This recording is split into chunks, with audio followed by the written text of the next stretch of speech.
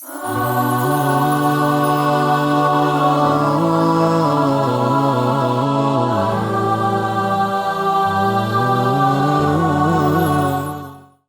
वालेकुम नाज़रीन, मैं हूं अतर काज़मी और आप देख रहे हैं खदीजा टीवी। आपके पसंदीदा प्रोग्राम को लेकर आपकी खिदमत में हाजिर हैं प्रोग्राम इंतखाब में। ये प्रोग्राम उन बच्चों के लिए बेहद ज़रूरी है जो +2 करने के बाद या तो ग्रेजुएशन करते हैं या बीकॉम, बीए या बीएससी की तरफ जाते हैं। इसके अलावा भी बहुत सारे कोर्सेज़ हैं जिसके बारे में हम बात कर रहे हैं।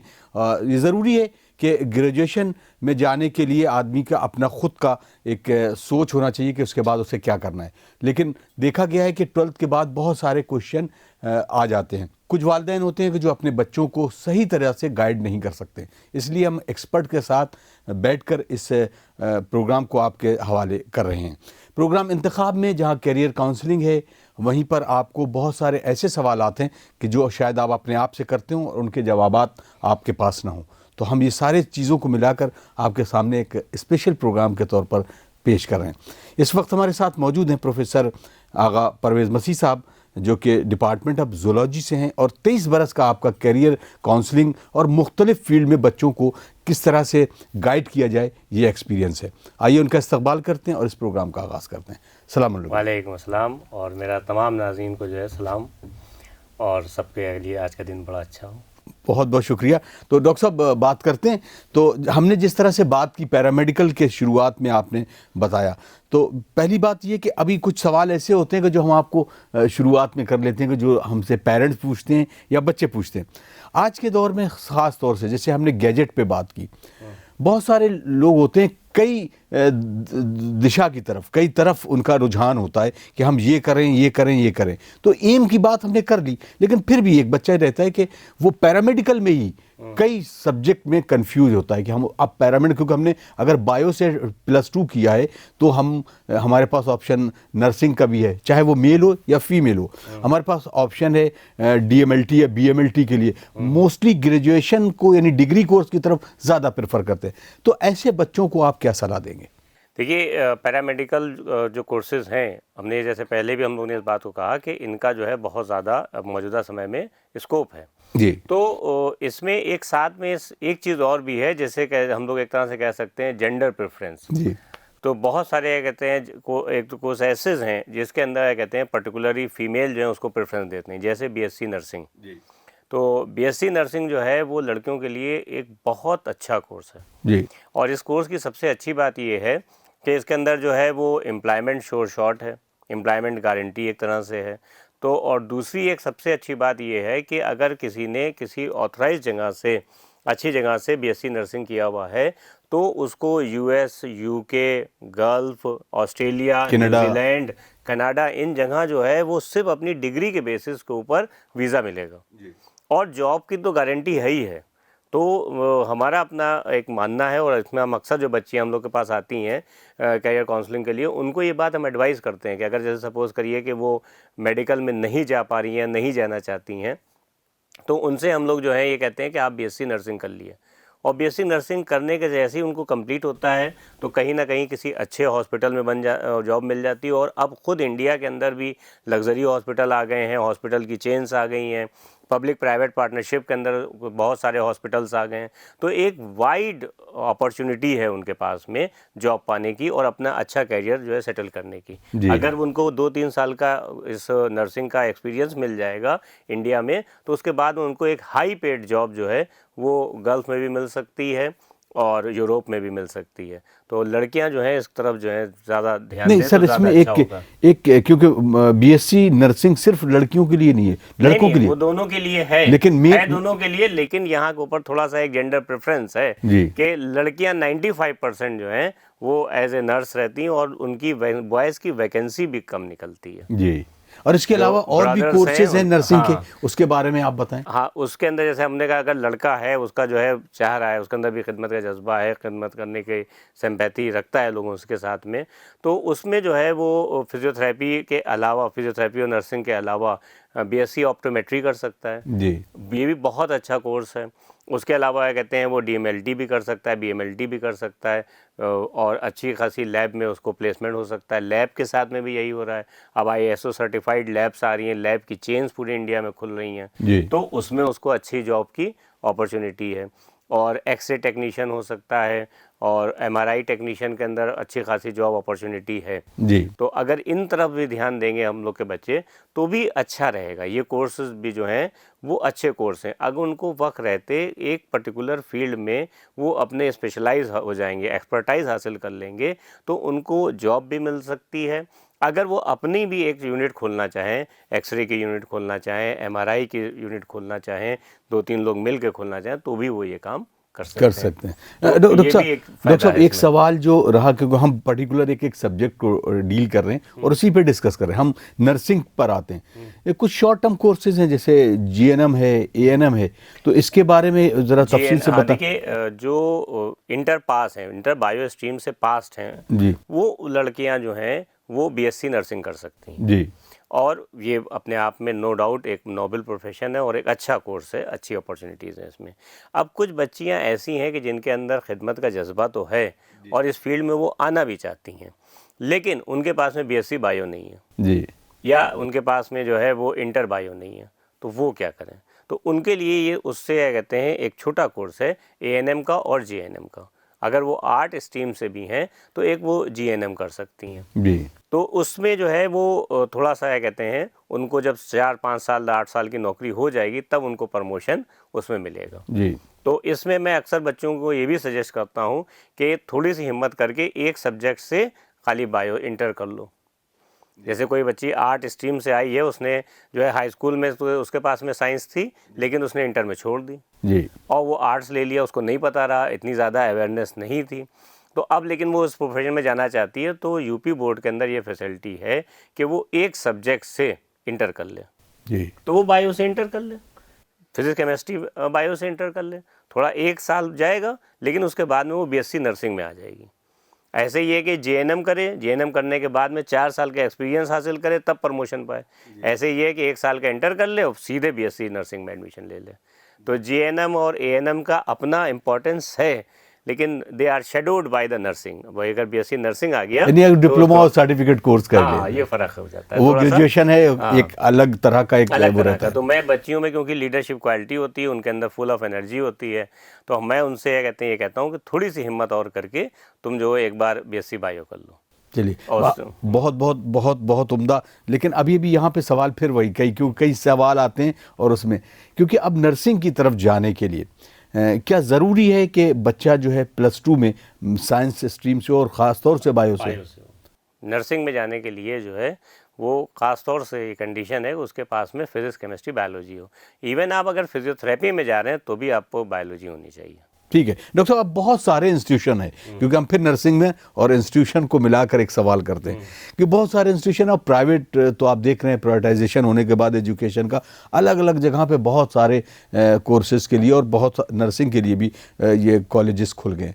तो अब यहाँ पर जो ऑप्ट किया जाए कॉलेज को, वो किस तरह से एक बच्चे के लिए ये है कि ठीक है, वो चाहता है कि हम अपनी कैलेबर को उसी तरह से ले जाएं जैसे हमने +2 किया है, मसलन 80% किया, और हम करना चाहते हैं नर्सिंग, तो हम नेशनल लेवल पर कोई एक जो कंपटीशन हो उसको बीट कर नेशनल कॉलेज में एक अच्छे कॉलेज से हम बीएससी नर्सिंग करें। हाँ, नहीं, ये चॉइस तो बहुत अच्छी है, ये जो विषय है बहुत अच्छी हैं, लेकिन नर्सिंग का जो है ऑल इंडिया लेवल के ऊपर अभी एग्ज़ाम नहीं होता हो सकता है आने वाले वक्त में हो जाए। लेकिन जैसे अगर हम लोग उत्तर प्रदेश की बात करें तो स्टेट मेडिकल फैकल्टी बोर्ड उसका एंट्रेंस कराती है, और एक अब यहाँ के ऊपर न्यूली इस्टेब्लिश इंस्टीट्यूशन है, केजीएमसी के साथ कोलैबोरेट करके वो काम कर रहा है, तो वो भी अब नर्सिंग को और पैरामेडिकल कोर्स को प्रेफरेंस दे रहे हैं। कहीं ना कहीं गवर्नमेंट की पॉलिसीज़ हैं कि ये इन कोर्सेज़ को, ये कोर्स भी बहुत अहम है, तो इन कोर्सेज़ को और ऑर्गेनाइज़ किया जाए और इनके अंदर प्रोफेशनलिज्म इन्फ्यूज़ किया जाए। इसके लिए जो है स्टेट गवर्नमेंट भी, हम लोग Uttar Pradesh state government work कर रही है। तो उस स्टैंड से मैं उनसे कहूँगा Uttar Pradesh state medical faculty board की वेबसाइट जो भी स्टूडेंट्स हैं लगातार देखते रहें, और उसमें नोटिफिकेशन निकलता है, उसके थ्रू एडमिशन वो लोग लें।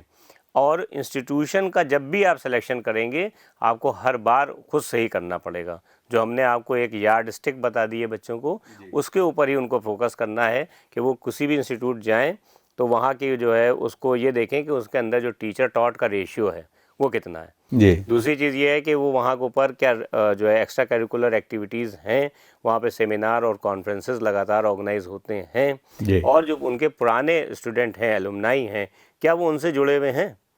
उनका उनसे जुड़ा होना ही ये बताएगा कि ये इंस्टीट्यूशन कितना ज़्यादा उनको सर्व कर रहा है, क्योंकि अगर एलुमनाई सेटिस्फाइड रहेगा तो इसका मतलब उस इंस्टीट्यूशन ने उसको सर्व किया है। जी इन चीज़ों का थोड़ा सा बस ध्यान रख लें तो उससे आप एक अच्छे इंस्टीट्यूशन तक पहुंच जाएंगे, और किसी भी एडवर्टाइजमेंट या किसी बहकावे में थोड़ा सा ना आए, एहतियात बरतें, क्योंकि पूरी ज़िंदगी का मामला है, कैरियर का मामला कैरियर है। का मामला है। नाज़रीन, आप देख रहे हैं प्रोग्राम इंतखाब और हमारे साथ महवे गुफ्तगू है प्रोफेसर आगा परवेज़ मसीह साहब। हम बात कर रहे हैं आज नर्सिंग के बारे में। बीएससी नर्सिंग हो या जीएनएम हो या एएनएम हो, ये सर्टिफिकेट कोर्स है और बेसिकली हम उन करियर की बात कर रहे हैं कि जो ख़ास तौर से ग्रेजुएट हैं और ग्रेजुएशन के कोर्सेज़ हैं उन पर, क्योंकि किसी भी बच्चे का एक सही करियर जो है वो उसके साथ उसकी डिग्री के साथ बहुत इंपॉर्टेंट होता है। सर्टिफिकेट कोर्सेज़ या डिप्लोमा करता है और उससे भी करियर बनता है, लेकिन हम बात जो कर रहे हैं वो उसके ओवरऑल पर्सनालिटी को देखकर एक अच्छे मुकाम तक पहुंचाने की। तो आइए कुछ और सवाल करते हैं डॉक्टर साहब, क्योंकि अब ये सवाल जो है वो हमारे आपके बीच में होता है। और यहाँ तक जहाँ तक बीएससी नर्सिंग की बात है कि शहरों में मैंने देखा कि अवेयरनेस इस मामले में कम है, और क्योंकि हमारा प्रोग्राम चारों तरफ जाएगा और लोग देखेंगे इसको, तो मैं चाहता हूँ कि ख़ास तौर से अब हम बात करें माइनॉरिटी में भी, और उसमें भी ख़ास तौर से प्रोग्राम जो मुस्लिम के लिए, मुस्लिम बच्चियों के लिए, क्योंकि उनके वालिदैन को भी हम कैसे अवेयर कर सकते हैं और किस जज्बे के साथ कि ये एक नोबल प्रोफेशन है और इसमें नर्सिंग के साथ साथ उसके करियर को भी बहुत अच्छा पड़ाव मिल सकता है। देखिए, जो इसमें कोई डाउट नहीं है कि जो माइनॉरिटी स्टूडेंट्स का परसेंटेज है नर्सिंग के कोर्सेज में और पैरामेडिकल कोर्सेज में वो अनसेटिस्फैक्ट्री है, बहुत लो है जी।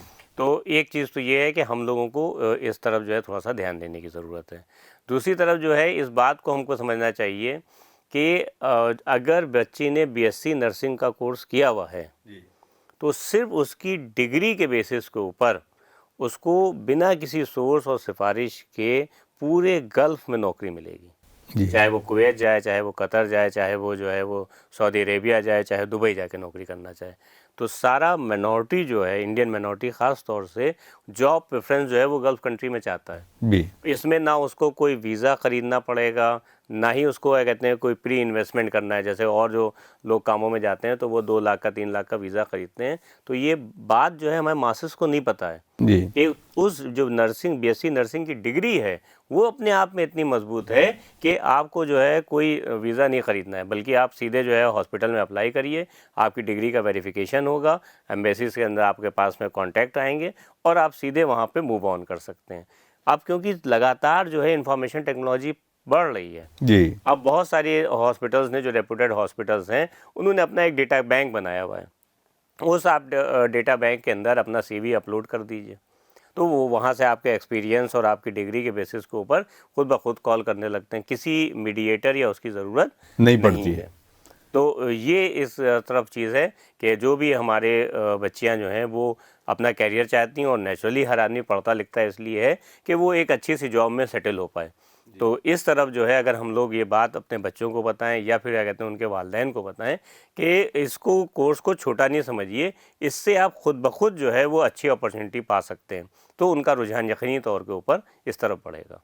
जी अच्छा, हम बात वही इंस्टीट्यूशन की जो कर रहे थे, क्या डॉक्टर साहब आपने अभी तक देखा है अपने पूरे कैरियर काउंसलिंग के पूरे जितने दौर गुजरा है उसमें क्या प्राइवेट कॉलेज में और गवर्नमेंट कॉलेज में कोई फ़र्क है जिसमें अगर कोर्स करे? क्योंकि जाहिर सी बात है सब UGC और एक मेडिकल फैकल्टी बोर्ड की तौर पर ये कोर्सेज हैं, तो इसमें अगर एक बच्चा ज़रा सा जहन में सोचता है कि अगर वो नहीं कम्पीट कर पा रहा है कोर्स तो चल के हम प्राइवेट कॉलेज से कर लें, तो अब इसमें कोई फ़र्क आपको नज़र आता है? देखिए, इन प्राइवेट कॉलेजेस और गवर्नमेंट कॉलेजेस में सिर्फ एक बड़ा फ़र्क जो है वो इस बात का है कि फ़ीस का फ़र्क होता है थोड़ा सा। प्राइवेट कॉलेज में फ़ीस जो है वो ज़्यादा होती है, लेकिन एक उसी वक्त एक बात ये होती है कि वो आप पे ज़्यादा प्रोफेशनलिज्म उनके अंदर होता है और वो चीज़ों को और अच्छा करते हैं, सिस्टमेटिक करते हैं, ऑर्गेनाइज वे में करते हैं और कहीं ना कहीं वो जो है वो बच्चों में एस्पायरेशन फिल कर देते हैं। जी और हम लोग के गवर्नमेंट इंस्टीट्यूशन में अभी वो प्रोफेशनलिज्म आने में थोड़ा सी देर है। तो इस वजह से अगर किसी भी बच्चे के पास में ऐसी मौका मिल रहा है कि जिसको वो प्राइवेट कॉलेज मिल रहा है उसमें एडमिशन ले सकता है, तो वो उसको लेके अपनी एक्सपर्टाइज जो है वो और अच्छी कर ले, अपने आप के कैलिबर को और डेवलप कर ले। क्योंकि नेचुरली ये कहते हैं जो लोग ज़्यादा अच्छा काम कर रहे हैं वो काम अच्छा ही कहलाएगा, तो इससे उनको फ़ायदा ही होगा। बहुत अच्छा डॉक्टर साहब। अब एक सवाल की तरफ बढ़ते हैं। क्या कोई बच्ची है जिसने एएनएम किया है या जीएनएम किया है, दोनों सवाल है, और वो ये चाहती है कि अब हम ग्रेजुएशन की तरफ जाएं, तो बायलेटरल एंट्री के लिए कोई ऑप्शन है उसके लिए? बायलैटरल एंट्री का तो इतना कोई ऑप्शन नहीं है, लेकिन एक काम वो कर सकती है। जी देखिए पहले तो वो 4 साल लगा चुकी है जेएनएम में, जी अब वो फर्दर क्या कहते हैं 4 साल लगाए बीएससी नर्सिंग में या 3 साल लगाए, तो 7 साल, ये 7 साल बहुत बहुत बड़ा वक्फा हो गया। इससे बेहतर वो ये कर सकती है कि उस जेएनएम के सहारे वो किसी हॉस्पिटल में प्लेसमेंट ले जी और प्लेसमेंट लेने के बाद में किसी एक चीज़ में वो अपने आप को स्पेशलाइज करके उसके सर्टिफिकेट कोर्सेज कर ले। अब ऑनलाइन कोर्सेज आने लगे हैं, तो वो अच्छे से अच्छे जो भी कोई इंस्टीट्यूशन हो उससे वो सर्टिफिकेट कोर्स कर ले। तो जब अगर उसके पास में 3-4 सर्टिफिकेट कोर्स हो जाएंगे, प्लस यहाँ से जेएनएम हो जाएगा और यहाँ का एक्सपीरियंस हो जाएगा, तो ये सारी चीज़ें मिल के उसको एलिवेट कर देंगी बनिस्बत इसके कि वो फिर फर्दर 3 साल जाके ग्रेजुएशन में लगाए। ये ना करे, वो 3 साल जो है जॉब करे, उस जॉब के दौरान वो अपने सर्टिफिकेट कोर्सेज को अर्न करती रहे, अपनी कैलिबर को बढ़ाती रहे, वो एलिवेट हो जाएगी। बहुत। मेरा ये सवाल इस वजह से था कि हर बच्चा अपने कैरियर में एक पीक चाहता है और कुछ बच्चे होते हैं कि वो एकेडमिक में जाना चाहते हैं। जाहिर सी बात है, क्योंकि अब हम बीएससी नर्सिंग की बात करें तो इसमें भी वही सिस्टम होगा कि वो ग्रेजुएशन करेगा, फिर बैचलर डिग्री के बाद मास्टर्स करेगा, और मे भी हो सकता है कि आगे वो पीएचडी के लिए हो, जेआरएफ या नेट क्वालिफाई करे। तो मेरा ये सवाल इसी पे था कि वो बीएससी करने के बाद अब मास्टर की तरफ कैसे बढ़े? बीएससी के बाद में जो है मास्टर के ऑल इंडिया कंपटीशन होता है, तो वो मास्टर इन नर्सिंग कर सकता है। और जो ऑस्ट्रेलिया है वहाँ के ऊपर बहुत ज़्यादा जो है मास्टर नर्सिंग की डिमांड है, वहाँ के ऊपर भी जाके टीचिंग कर सकता है वो। तो अगर कोई बच्चा जो है वो नर्सिंग में टीचिंग में इंटरेस्टेड है तो उसको मास्टर ज़रूर करना पड़ेगा। जी मास्टर करके वो प्लेस हो जाते हैं और उन जगहों के ऊपर जो है वो रिलैक्सेशन भी है। जैसे या बाकी आप प्लेन साइंस में आते हैं तो यहाँ के ऊपर पीएचडी और नेट वाली कंडीशन है, इनकी कंडीशन जो है नर्सिंग में थोड़ी कुछ डिफरेंट है। जी, तो वो तफसील से बता दें ताकि जो बच्चे देख रहे हैं। बीएससी नर्सिंग करके भी, एमएससी नर्सिंग करके भी बहुत सारे लोगों को उसमें जो है वो जॉब मिल जाती है, असिस्टेंट प्रोफेसर की अच्छी जॉब मिल जाती है। तो एमएससी नर्सिंग करके, क्योंकि नर्सिंग कराने वाले इंस्टीट्यूशन की तादाद अभी भी हमारे मुल्क में थोड़ी सी कम है जी, तो और इस बीएससी करके क्योंकि जॉब मिल जाती है तो एमएससी करना कम लोग चाहते हैं, तो एमएससी करे हुए जो मिलते हैं तो इंस्टीट्यूशन उनको हैप्पीली रख लेता है। गुड। मतलब ये ऑप्शन जो है वो नाज़रीन यकीनन ये ऑप्शन इतना बेहतर है कि जहां बंदा अपने आप को अगर कैरियर के उन बुलंदियों तक ले जाना चाहता है तो बीएससी के बाद फ़ौरन ही, क्योंकि जैसा कि बात कर रहे थे कि जॉब अपॉर्चुनिटी वो बीएससी के बाद ही इतनी ज़्यादा है कि लोग आगे नहीं बढ़ते। तो अभी भी एक पूरी तरह से फील्ड खाली है एकेडमिक के लिए कि एक बच्ची अगर बीएससी के बाद एमएससी कर लेती है तो उसको 2 अपॉर्चुनिटी बहुत अहम है। ख़ास तौर से वो असिस्टेंट प्रोफेसर और उसके बाद एकेडमिक में जा सकती है, और उसके अलावा भी बहुत सारे ऐसी चीज़ें हैं कि जहाँ पर वो एज ए इंस्पेक्टर जो इसका पूरा नर्सिंग काउंसिल है उस पर भी वो अप्लाई हो सकती है। अप्लाई क्या मतलब, उसमें तो एक सिस्टम है वो आगे बढ़ने का। जी डॉक्टर साहब, आप कुछ फरमा रहे थे। आपसे बात करते ही एकदम से याद आ गया, एक बच्ची थी वो आज से 4 साल पहले हम लोगों के कैरियर काउंसलिंग सेशन में आई थी, तो हम लोग ने उसको परस्यू किया था कि तुम बीएससी नर्सिंग करो जी, तो उसने बीएससी नर्सिंग लखनऊ से करी है और अभी मुश्किल से 6 महीने पहले उसको 45,000 की जॉब मिल गई। जब उसको जॉब मिली थी तो उसका फ़ोन आया था, माशाल्लाह। अब लखनऊ में ही है और बहुत हम्बल फैमिली से आती है। उनके फादर जो हैं वो छोटी सी उनकी टेलर की शॉप है जी, और लेकिन उन्होंने बड़े हौसले के साथ में अपनी बच्ची को नर्सिंग कराई और बताइए लखनऊ में उसको 45,000 की जॉब मिली हुई है और 45,000 एक हैंडसम अमाउंट है। तो अब अगर जैसे ही इसको एक्सपीरियंस बढ़ेगा तो फ़ौरन एलिवेट हो जाएगी और चाहे तो बाहर भी जा सकती है। वेरी गुड डॉक्टर साहब, अब स्पेशलाइजेशन की हम जैसे बात करते हैं कि हो सकता है कि बीएससी ना करे, एमएससी ना करे, सॉरी एमएससी की बात जब हम करें कि मास्टर कोर्स ना करने के बाद बीएससी के बाद क्या कोई ऐसे सर्टिफिकेट कोर्सेज हैं एमसीआई के थ्रू या नर्सिंग काउंसिल के थ्रू कि जिसमें वो कार्डियक में जा सकती है, कार्डियोलॉजी में, या कुछ और डिफरेंट सर्जरी की तरफ है, तो स्पेशल या सर्टिफिकेट कोई कोर्सेज हैं ग्रेजुएशन के बाद? हाँ, कई ऐसे कोर्सेज हैं जो सर्टिफिकेट कोर्सेज हैं, ऑनलाइन कोर्सेज हैं, इग्नू के में ऐसे कई कोर्सेज हैं कि जिसमें आप कर सकते हैं उसको। बहुत सारे लोग जो हैं ये भी कर लेते हैं कि थोड़ा सा वो हॉस्पिटल एडमिनिस्ट्रेशन सीख लेते हैं जी, तो वो एक नई अपॉर्चुनिटी उनके पास में मिल जाती है कि पता चला कि एक नर्सिंग होम को वो मैनेज करने लगे। तो पहले उनका थोड़ा सा बैकग्राउंड है ही मेडिकल बैकग्राउंड, प्लस क्या कहते हैं एडमिनिस्ट्रेटिव स्किल उन्होंने अपनी इनरिच कर ली, तो वो नर्सिंग होम को मैनेज करने लगे। कुछ लोग जो हैं फिर वो गायनी में ही इस्टेब्लिश हो जाते हैं, प्रेगनेंसी और उससे जुड़े हुए इश्यूज से। तो इसमें स्पेशलाइज करने के चांसेस हमेशा बच्चे के पास रहते हैं कि वो अपनी स्किल को इम्प्रूव कर लें। कोई भी प्रोफेशन है उसमें कंटिन्यूअस इम्प्रूवमेंट के चांसेस हैं और ऑनलाइन कोर्सेज हैं, सर्टिफिकेट कोर्सेज अवेलेबल हैं, उसमें आप अपने जॉब में रहते हुए उन कोर्सेज को कर सकते हैं। तो इसमें भी कई ऐसे कोर्सेज हैं जो अवेलेबल हैं, अपनी लाइकिंग के हिसाब से स्टूडेंट कर सकता है। वेरी गुड डॉक्टर साहब, अभी आपने बताया ना हॉस्पिटल मैनेजमेंट जो है बहुत सारे लोग जो है ख़ासतौर से बीएससी एमबीबीएस वालों को तो बहुत कम देखा है। होता है कि बीओएमएस या बीएमएस या बीडीएस करने के बाद लोग एमबीए करते हैं हॉस्पिटल मैनेजमेंट। ये कितना प्लस पॉइंट है एक बीएससी नर्सिंग के स्टूडेंट्स के लिए? ये बहुत बहुत अच्छा कोर्स है। एक्चुअली ये कहते हैं हो क्या रहा है कि अब आपने अगर एक चीज़ अपने शहर के अंदर देखी होगी तो अब यहाँ पे हो क्या रहा है कि अगर कोई आदमी और कोई पर्सन जो है वो ऑर्थोपेडिक है जी, तो उसने जो है वो एक हॉस्पिटल खोल लिया, वो ऑपरेशन अच्छा कर सकता है, वो हिप रिप्लेसमेंट अच्छा कर सकता है, जितना वो अच्छा करेगा उतना हॉस्पिटल चलेगा। लेकिन उसी वक्त उस पर बर्डन आ रहा है, जैसे ही पेशेंट आ रहे हैं तो उन पेशेंट का मैनेजमेंट भी तो है। जी, इसके लिए हमको एक चाहिए हॉस्पिटल मैनेजमेंट वाला बंदा। 10 ग्रेड हाँ, जी। तो अब जो लोग जो हैं वो हॉस्पिटल मैनेजमेंट करे हुए होते हैं उनको यहाँ अपॉर्चुनिटी मिल जाती है। तो अब एक बहुत सारे इंस्टीट्यूशन ऐसे हैं कि वो सिंपल जो है MSc in hospital management provide करा रहे हैं, एमबीए इन हॉस्पिटल मैनेजमेंट करा रहे हैं, इसी को पूरा उन्होंने स्पेशलाइज कर दिया है। जी, तो ये भी एक बहुत अच्छा कोर्स है। अब आप देखिए स्पेसिफिकली क्या कहते हैं हार्ट के लिए अलग से हॉस्पिटल हो गए हैं, बोन वाले जो हैं फ्रैक्चर के, प्लस क्या कहते हैं हिप रिप्लेसमेंट के, उनके हॉस्पिटल जो हैं वो अलग हो गए हैं। कुछ लोग जो हैं वो सिर्फ स्पेशलाइज हुए जा रहे हैं किडनी में ही। जी, तो अब वो जो किडनी के हॉस्पिटल में पेशेंट को डील करना है तो वो अपना जो बंदा होगा हॉस्पिटल मैनेजमेंट का वो डील कर लेगा उनको। जी, और डॉक्टर साहब जो हैं उसका ट्रीटमेंट करते रहेंगे। डॉक्टर साहब भी रिलैक्स में हैं, इसके लिए भी क्या कहते हैं अच्छी अपॉर्चुनिटी मिली जा रही है। तो हॉस्पिटल मैनेजमेंट का कोर्स भी अच्छा कोर्स है, अच्छी जॉब अपॉर्चुनिटी लिए हुए। लेकिन इसमें बस एक ख़ास बात यही कहेंगे हम, बार बार इस बात को भी हम एम्फेसिस कर रहे हैं कि अच्छे इंस्टीट्यूट में जाइए।